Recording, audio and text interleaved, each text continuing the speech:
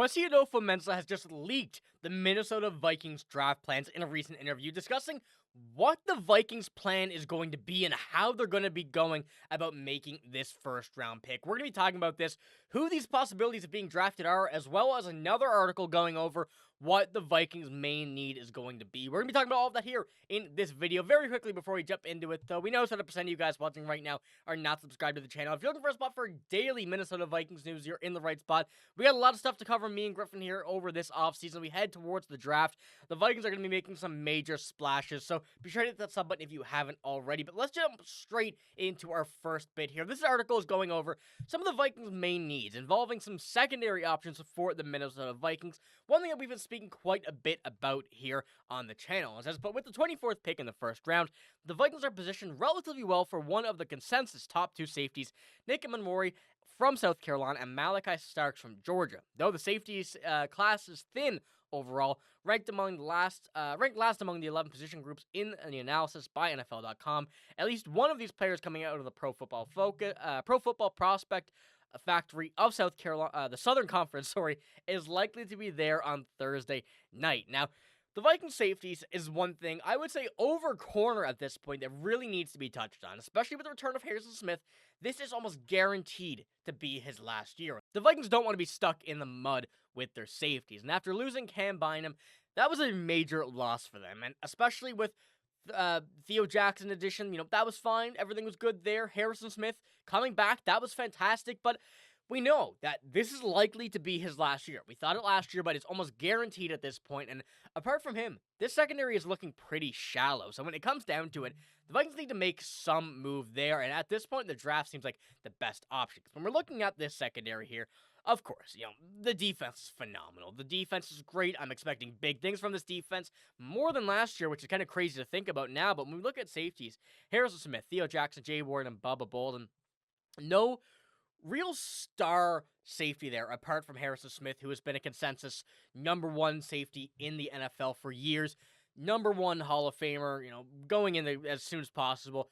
He's great, and there's no doubt about that, but we don't know how quickly age catches up to him. And obviously, Harrison Smith has been one of these guys who seems like he's been an Iron Man, seems like the age it's just a number to him, it don't matter, because he's been elite for the last couple of years, he's been on the top of his game for the last couple of years, but, things end quickly, and let's hope he stays for as long as possible. I hope it's another 5 years, but the odds of that are slim to none. So when we're looking at this safety class, there's definitely a major option there at number 24 to be able to go and get one. And Nick Emmanwori and Malachi Starks are the two there that this article touched on. I think those are the two the Vikings really would absolutely go for, regardless of what happens. Xavier Watts is there as well, down a bit further, likely a day 2 draft pick, but Malachi Starks has been one that me and Griffin have spoken about quite a bit here. Nick Emmanwori, not so much, just because we're uncertain where he's going to go. Obviously, I think there could be really any movement. That's something that this draft class is very, very high on, is where someone's going, where people are going to be drafted, how things are going to play out.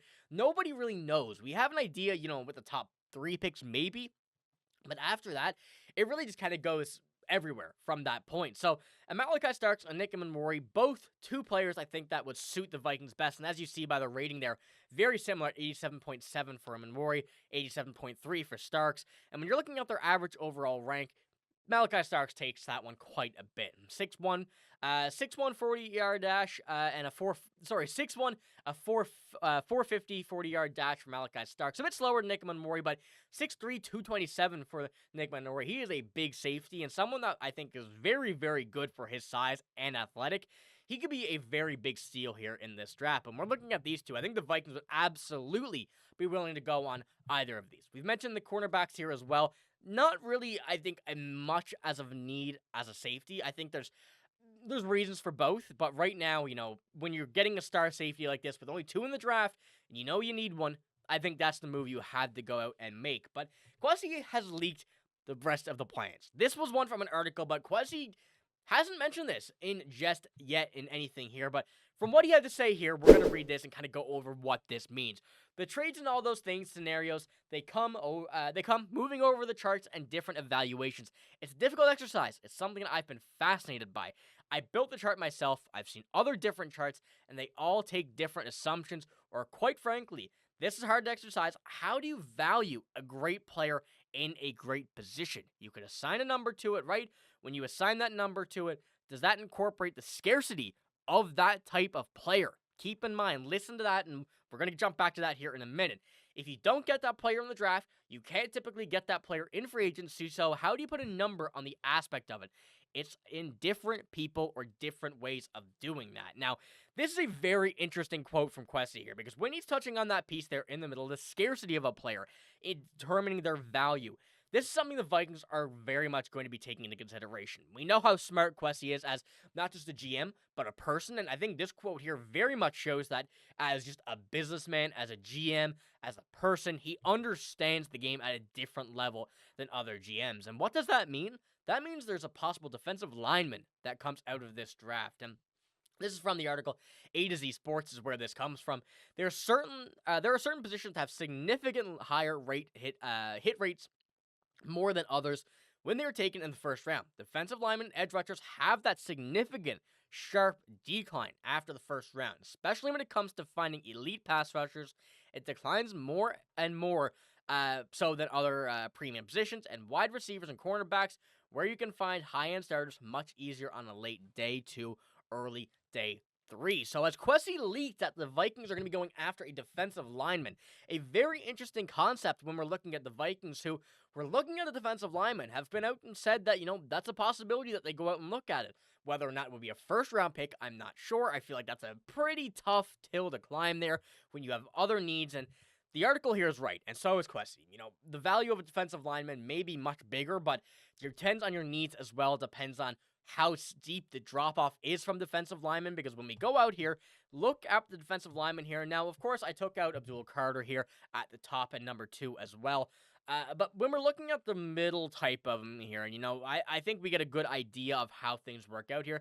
Shamar Moore, Mikael Williams, Walter Nolan, James Pierce, and Kenneth Grant.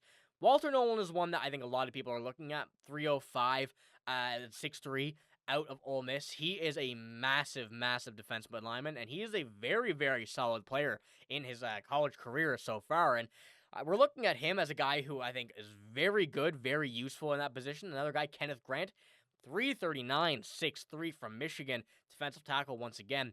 He's also a major force there. And adding to this defensive line, and once again, adding to a defensive line and a defense as a whole that is very, very solid. Harrison Phillips, Jonathan Allen, Javon Hargrave, Jonathan Grenard.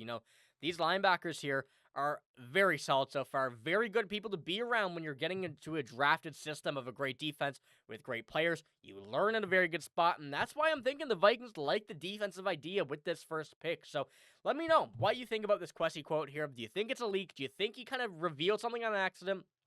Could this be someone else? What do you think about the safeties? Let me know what you think in the comments below. But that's all I got in this video. If you did enjoy, give it a like, hit the sub button as well. I'm signing out. Thank you for watching. Hope you have a great day. See you later.